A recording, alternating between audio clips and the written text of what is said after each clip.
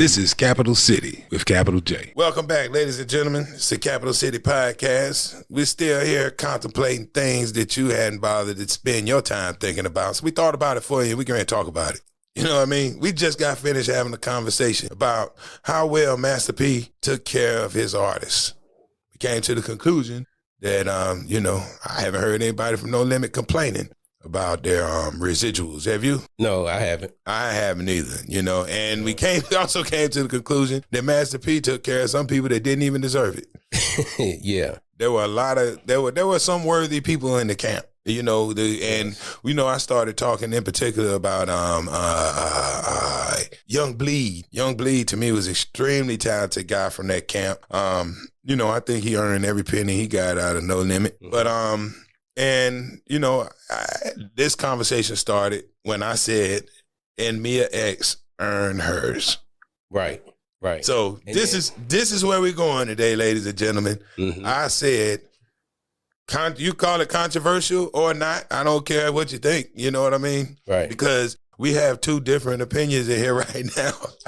I say that at the time, I don't think Mia X had much competition as a female MC out of the South. I mean, how can you argue with that?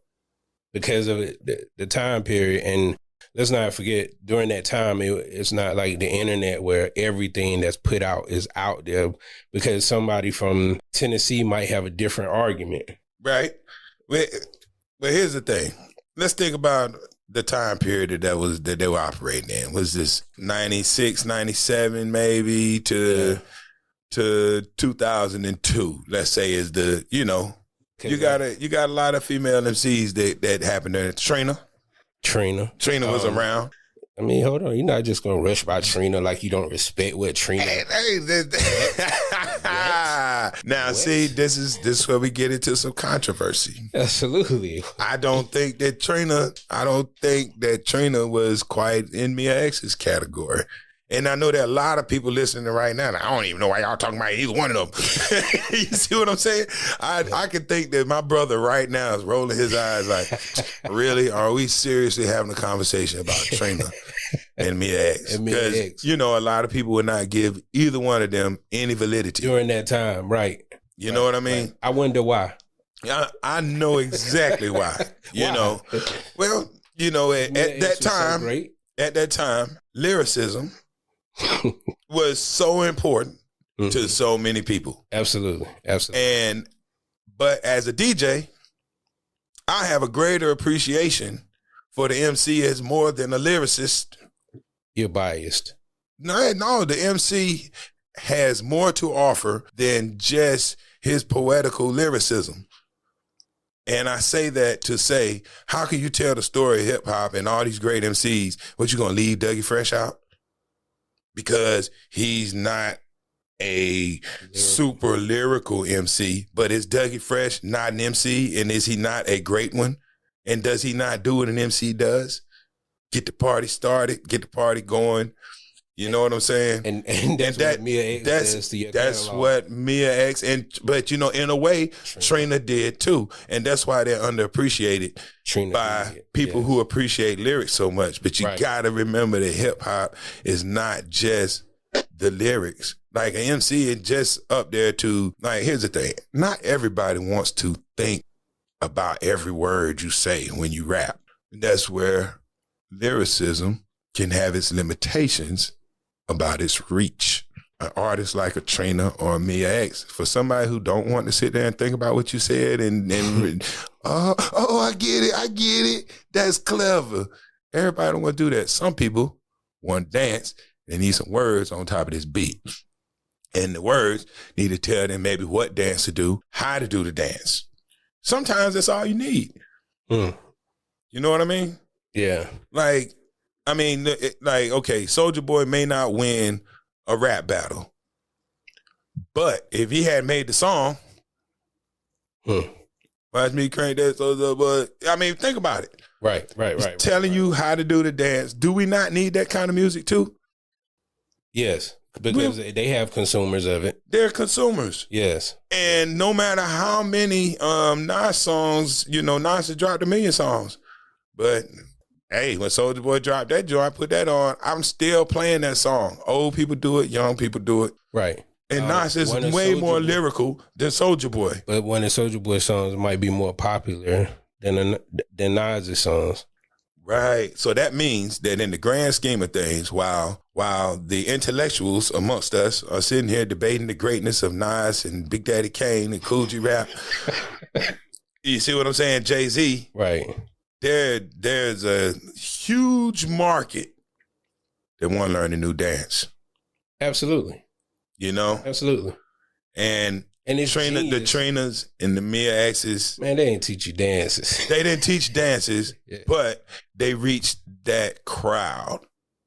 The crowd who is not sitting here thinking about every lyric and hanging on the wordplay so much as they want to get a feeling. And they give you a feeling rather than a thought.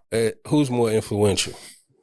Trina or Mia X? Right now, when I look at rappers like you brought up the City Girls, when I look at the City Girls, I see Trina's children. To me, they're the biggest. They benefited the most because Diamond and from Prince Trina's style. To me, you know, it's flat, it's monotone. That whole style is a style.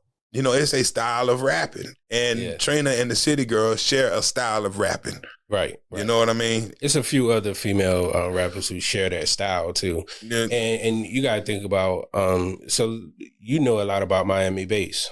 Right. Where does Trina fit in with this whole, I guess, almost like commercialized version of Miami bass? Trina, okay, I remember when Nan niggas came out, Trick Daddy. That's the first time I heard of Trina, and I actually had a chance to meet Trina. Okay. When the record first came out, I remember she came down Trick Daddy to perform at Super Jam. Okay. So I'm standing back there with her, and I was talking to her while she was waiting to go on do her parts. Trick Daddy's on stage, so I was standing there beside her talking to her, and I just got the impression that she was kind of a girl who they brought on who could get the job done. They needed somebody to say this part, and it felt at the time. I'm not saying this is the case. I'm just saying the impression that I got from talking with her felt like she was a chick who could get the job done. So like, hey, let's get Trina to do it. You know what I'm saying? Okay. And I didn't feel. Now, I'm just saying from talking to her she didn't have any solo record outs, no solo music. Mm-hmm. It just felt like she didn't have it. She didn't seem interested in becoming a Trick Daddy. She was like, I'm fine with my supporting role, and I'm here to do this. And the whole climate was different. It felt, right then. Yeah. So her success feels a little manufactured by the people around her. And it could have been something she wanted from the day she was born, but she feels like a manufactured artist, I think, first of all, let me go on record to say, I don't think you give me Trina her props. And what I mean by that is, in hindsight, listening to Trina's music from back then, it's different because it's the same thing that it's been from female, a lot of, I'm not going to say most, a lot of female rappers for the past 10 to 15 years. And if she was doing it, because Trina and Eve's verses was fair. Oh, Eve? Yeah. I don't think it was fair because, for one, Eve went on to have national success. Trina only went regionally. She might have went coastal. Eve was not the person to compare Trina. And I say that because she was from an East Coast listener, Trina had more hits than Eve. No. So when I say hits now, I'm not talking about commercial success. I'm just talking about what oh shit. That's you mean more songs that you like? Yeah. That ain't no hit. But that's how verses are. A hit is recognized by everybody. You know what I'm saying? Well, Yeah. So. But hold on, I'm sorry. But if you think about a hit can be curated to be a hit. There's a song that I just heard on the radio yesterday, and I was like, I hope I never hear this song again in my life. On the way here, I heard it twice on two different stations. What song? I don't know. You hope there's a song that you hope you never hear again. You don't even know what it is. No. I want to erase it from my memory because to me, it was that poor of a song. It's the Capital City Podcast. I'm your host, Capital J, and you can catch us on overheretv.com or any place you stream your podcast.